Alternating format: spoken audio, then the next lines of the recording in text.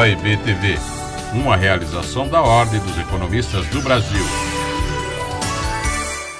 Colega economista, prezado telespectador, prezada telespectadora, é um prazer estar com vocês aqui na TV da Ordem dos Economistas do Brasil.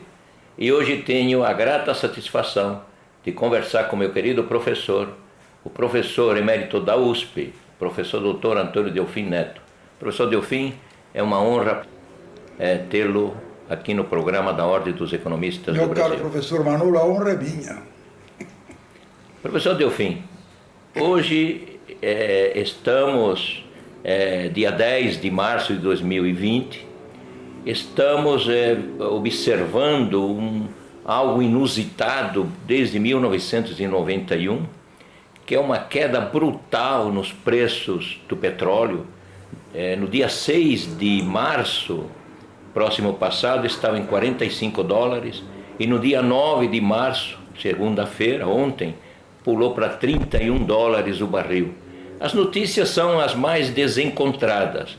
Há uma guerra de preços entre a Arábia Saudita e a Rússia, com efeitos devastadores por todas as bolsas mundiais.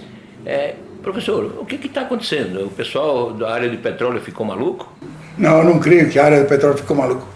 Pelo contrário, eles continuam muito inteligentes. Essa é uma batalha de destruição, não é uma batalha para construção. Então a luta entre o Putin e o príncipe da Saudita era porque o príncipe queria um controle da produção do petróleo para puxar o preço. Ele queria reduzir a oferta em 1,5 milhão de barris por dia, e o Putin não concordou. O Putin não concordou, porque o Putin tem problemas complicados. O Putin tem praticamente... A Rússia depende da exportação de petróleo. Uhum. Então, o grande drama desse troço é que, e no curto prazo, o interesse dos dois divergiu. Uhum. E o príncipe, como todo regime autoritário, absolutista, decidiu unilateralmente produzir esse efeito. É um efeito devastador para o resto da indústria de petróleo. Basta ver o que vai acontecer com as empresas de petróleo. Todas elas, hoje, praticamente, são insolváveis. O caso da Petrobras é típico. A Petrobras perdeu 30% do seu valor e a sua dívida externa cresceu. Uhum. Que é um efeito que está em todo lugar do mundo. Todas as petroleiras britânicas, americanas, holandesas, todas, desabaram. Todas elas. Então, o que acontece? No prazo médio, se isso continua, na verdade você vai ter uma redução da oferta de petróleo do shale oil. Então, não é essa a intenção de pegar o xisto, porque esse provavelmente com essa baixa você elimina uma grande quantidade de pequenos produtores e de grandes produtores. Que seriam os concorrentes naturais da Arábia Saudita. Da Arábia Saudita. E do Putin. Que hoje é o fornecedor universal de petróleo, não só para a Europa, como para a China também. Você acha que tem algo político também contra Irã? Não, deixa eu dizer. Porque Irã também é um grande produtor de petróleo. Tudo no petróleo é geopolítico. Tudo no petróleo é geopolítico.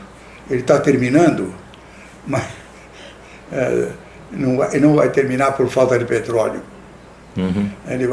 Eu acho que ele está terminando por conta dos efeitos climáticos que o uso do petróleo produziu, esse aquecimento que está aí.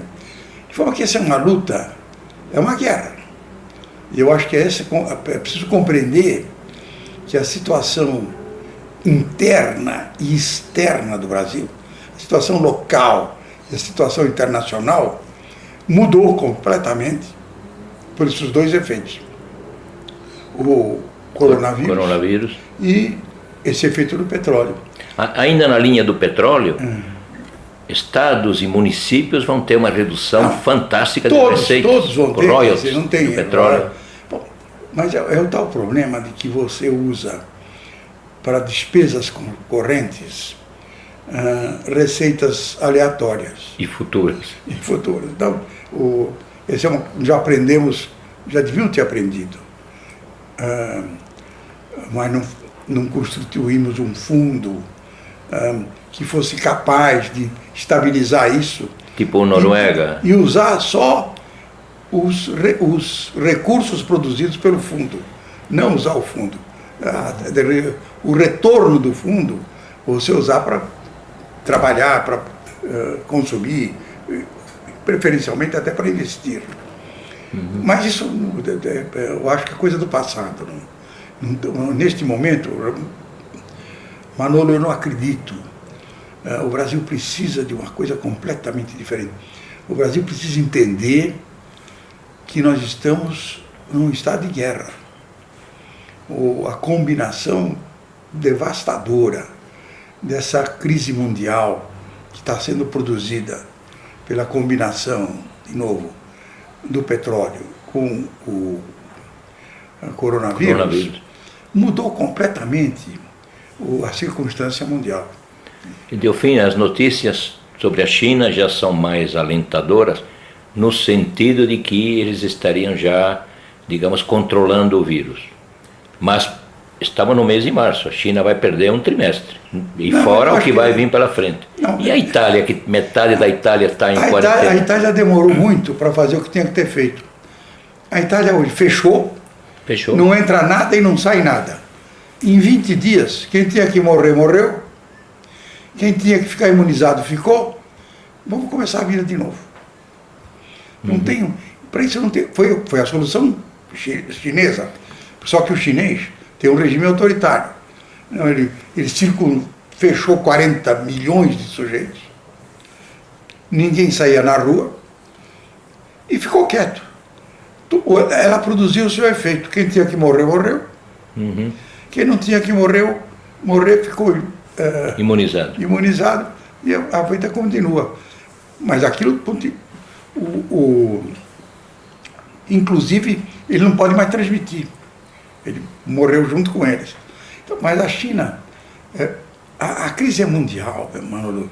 A China vai sofrer o mesmo efeito que estão sofrendo todos os outros. E vai repassar numa proporção muito acentuada. E a China, na verdade, essa crise do petróleo beneficia a China. Porque a China é a maior importadora de petróleo do mundo hoje. Então, o que eu diria é o seguinte: o problema todo é a gente compreender que as circunstâncias locais e internacionais mudaram completamente. Nós temos que nos preparar para uma verdadeira guerra. E isso exige uma mudança completa no comportamento do executivo e do legislativo. Delfim, vamos pedir um segundinho para o nosso telespectador, já retornamos. Pronunciamento do presidente da Ordem dos Economistas do Brasil. Sou Manuel Henriques Garcia, professor de Economia da USP desde 1971 e presidente da Ordem dos Economistas do Brasil. E venho trazer uma palavra de otimismo na pujança da economia brasileira. Estamos em mais uma guerra, e assim como as outras guerras que foram vencidas nas décadas passadas, logo, prontamente também venceremos o coronavírus. A economia se baseia na confiança. Tenha confiança na pujança da economia brasileira. A Ordem dos Economistas do Brasil apoia incondicionalmente o governo federal, os governos estaduais e municipais que estão trabalhando para minimizar os efeitos do coronavírus na saúde das pessoas e na vida econômica do país. Tenho certeza de que a ciência logo encontrará o antídoto para esse terrível vírus. E temos também a certeza que logo após ganharmos esta guerra contra este terrível vírus, uma nova sociedade surgirá, mais solidária, mais justa, mais humana, dentro dos ideais do capitalismo humanista que vem sendo desenvolvido na PUC São Paulo pelo professor Ricardo Sayegh. Povo brasileiro, seja otimista com o futuro do Brasil. Pronunciamento do presidente da Ordem dos Economistas do Brasil. Colega economista, prezado telespectador, prezada telespectadora, é um prazer tê-los aqui na Ordem dos Economistas do Brasil, a TV da Ordem dos Economistas do Brasil. E estou conversando com meu querido professor, o professor emérito da USP, professor Dr. Antônio Delfim Neto, que está conversando conosco sobre os efeitos do coronavírus nas economias mundiais e brasileira e também nessa guerra de preços nos países produtores de petróleo. Professor Delfim, o senhor estava colocando que estamos num período de guerra muito intenso e que tem que haver uma mudança de comportamento entre o executivo e o legislativo. Dentro dessa linha de pensamento que o senhor vai expor, eu vou colocar um ingrediente que venha a ser, um ingrediente econômico, que venha a ser o seguinte. Do ponto de vista da eficiência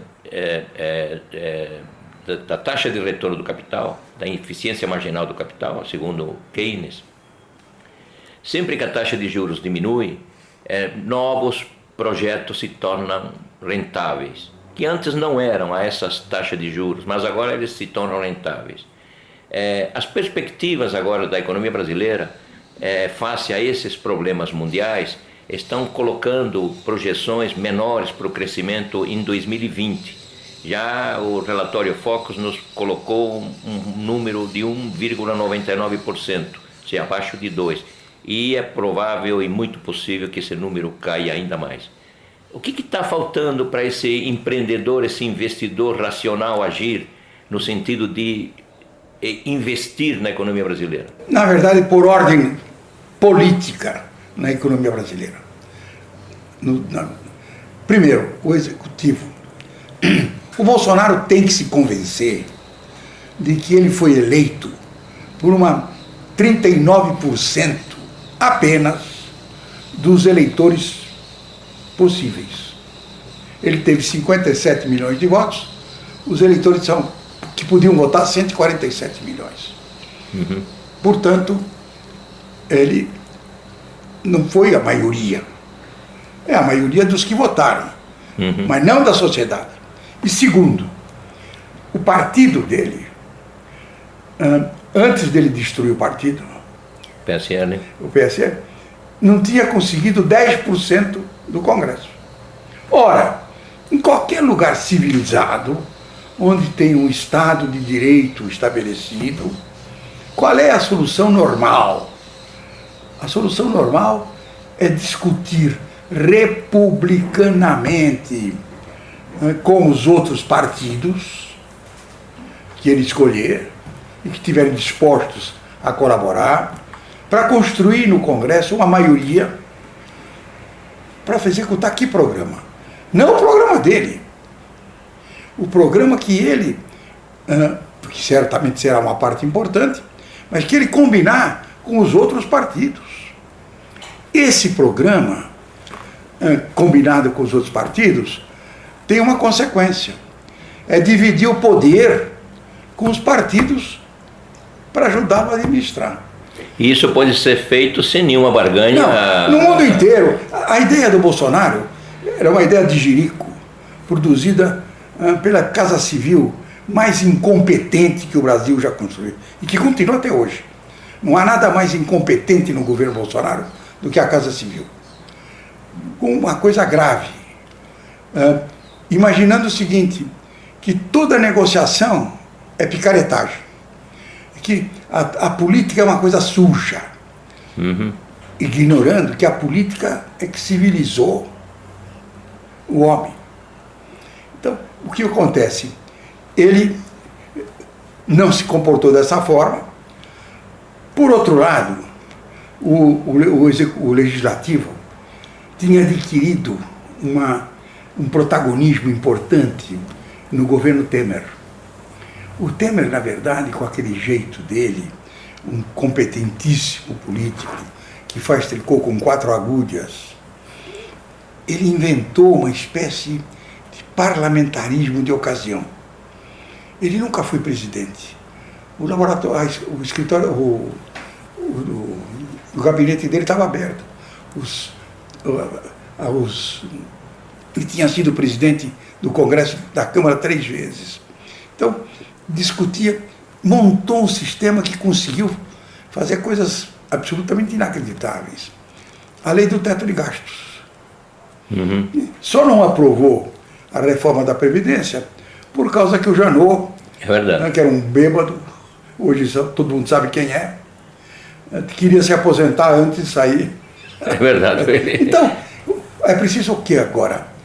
Agora é preciso que, primeiro, o Bolsonaro se convença de que a única saída é a negociação de uma maioria no Congresso para exercer um programa que vai ser um pedaço dele, um pedaço dos outros, e que é a forma legítima de fazer política.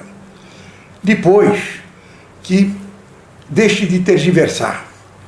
Na verdade, esse governo, mesmo na parte econômica que eu admiro, eles fingem que vão, mas não vão. Só que não são garrincha.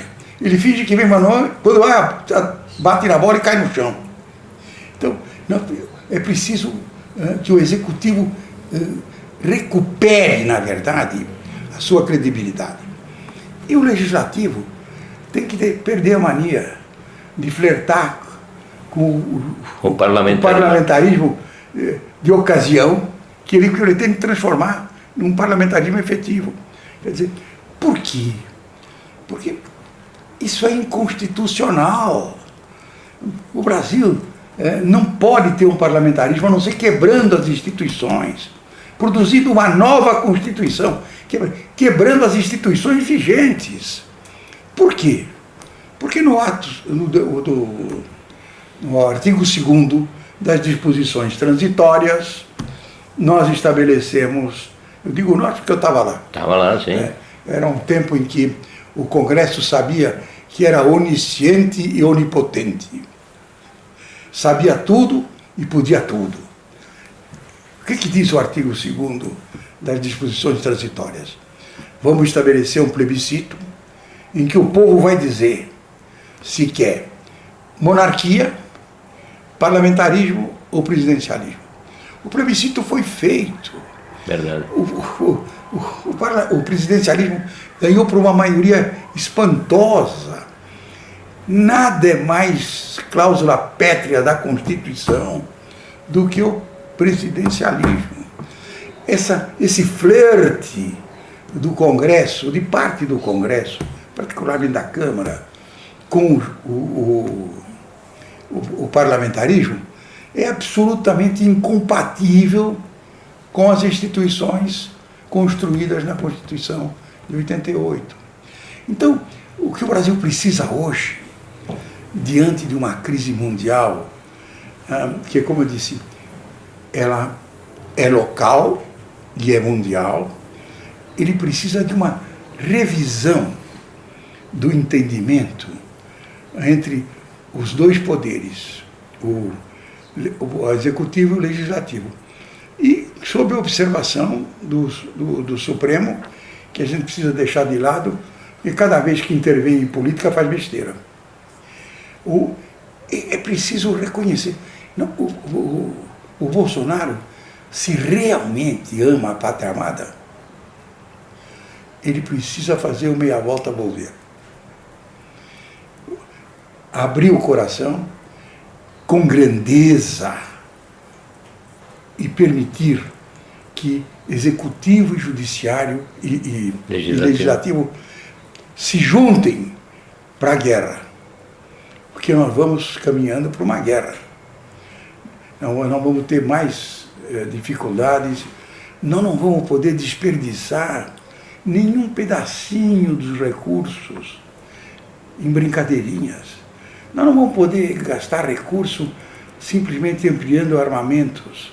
Nós não vamos poder gastar recursos como nós estamos fazendo na Câmara, distribuindo verbas para deputados e senadores distribuírem para construir fonte luminosa. Se juntar tudo que deu para eles, dá uma hidrelétrica. Quer dizer, o que nós precisamos é ter consciência de que os limites são muito duros e que você precisa, na verdade, ter uma capacidade muito grande, primeiro, de dar assistência àqueles que estão sofrendo mais. A prioridade para o desempregado, para a Bolsa Família, e o que sobrar ser aplicado da forma mais eficientemente possível em projetos de infraestrutura, que são eles que produzem o aumento da produtividade da economia. Não tem como aumentar a produtividade da economia a não ser aumentando a quantidade do estoque de capital e da qualidade do capital posto à disposição de cada trabalhador. E vamos incluir também as inovações nesse sentido. É que o novo capital traz consigo as inovações. Na verdade, todo aumento de produtividade é produzido por um aumento do estoque de capital enriquecido pelos desenvolvimentos científicos, tecnológicos, que se põe à disposição de cada trabalhador. Isso implica no seguinte: eu melhoro a tecnologia incorporada ao capital, tenho que melhorar a educação incorporada ao trabalhador para operar essa tecnologia. Eu vivi 4 anos numa oficina mecânica do DR e eu aprendi que a capacidade do trabalhador brasileiro, eu vi, quando chega o primeiro torno numérico, era uma coisa nova. Os pobrezinhos que estavam lá mal eram capazes de ler. Em 2 meses dominaram toda a tecnologia. Aprender fazendo, né? Aprender fazendo. Então, existe sim a possibilidade de recuperar o crescimento, se você voltar a ter um programa de crescimento e se o executivo e o legislativo juntarem as mãos para realizá-lo. Delfim, segundinho, vamos pedir para o nosso telespectador, já retornamos.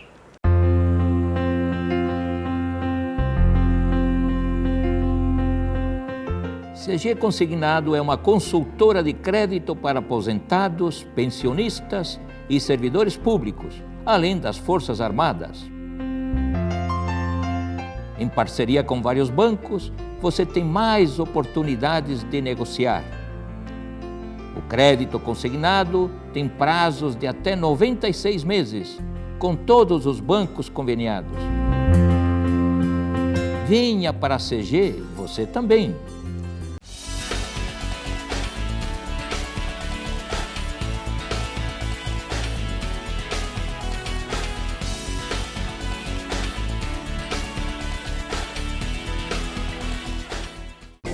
TV Aberta São Paulo, a emissora comunitária da maior cidade do Brasil. Uma realização da Ordem dos Economistas do Brasil. Colega economista, prezado telespectador, prezada telespectadora, é um prazer tê-los aqui na TV da Ordem dos Economistas do Brasil. E estou conversando, e tenho certeza que você está gostando muito, estou conversando com meu querido professor emérito da USP, professor Dr. Antônio Delfim Neto. Professor Delfim, um pouquinho de otimismo vamos colocar, digamos, nessa nova relação que o senhor está colocando, que o governo executivo deve ter com o legislativo. E nessa união de esforços que devemos ter daqui para frente, é possível ainda sonhar com um crescimento que seja entre 1,5% e 2%, ou a situação mundial é extremamente grave? A situação mundial é extremamente grave, mas não há a menor dúvida de que se nós entendermos o que ela significa, se juntarmos esse esforço executivo e legislativo, o Brasil vai crescer. Então, a última coisa na minha vida, eu tenho 92 anos. Se eu fosse pessimista, eu seria um idiota. Então, nada, na verdade, pode impedir o nosso crescimento. Só nossa burrice. Coisa que nós não temos. Essa disputa de poder pequenininho, mesquinho, entre um governo, um executivo insensato e um legislativo ambicioso, precisa acabar. Nós temos que voltar a ter um governo harmonioso, que junte todos nós na mesma direção, que tenha um programa para dar apoio àquele que está no nível mais difícil da sua vida. E, simultaneamente, colocar todo o excedente nos investimentos de infraestrutura, porque eles que vão permitir o crescimento. E a única solução para o Brasil é crescer. Só temos realmente essa condição. Não tem outra solução. E ela é factível. Ah, claro que é factível. O Brasil não termina. Não. Os economistas podem fazer a força que quiser. Eles são incapazes de impedir o crescimento. Bom, eu tenho certeza, meu caro telespectador, minha cara telespectadora, você, meu colega economista, que gostaram muito da nossa entrevista aqui na TV da Ordem dos Economistas do Brasil, com o professor emérito da USP, professor Dr. Antônio Delfim Neto. Professor Delfim, a Ordem dos Economistas do Brasil agradece a sua entrevista. Foi uma honra para todos nós tê-lo aqui mais uma vez no nosso programa de televisão e vamos torcer sim para que o Executivo e o Legislativo, diante dessa grave ameaça mundial na economia brasileira, eles unam esforços e caminhemos serenamente na senda do crescimento econômico. Muito obrigado, professor. Sou eu, professor, quem agradece a honra que vocês frequentemente me concedem de ocupar esse espaço tão importante para a nossa profissão. Muito obrigado, professor. E obrigado a você, meu caro telespectador, minha cara telespectadora. Até o próximo programa da TV da Ordem dos Economistas do Brasil. OEB TV, uma realização da Ordem dos Economistas do Brasil.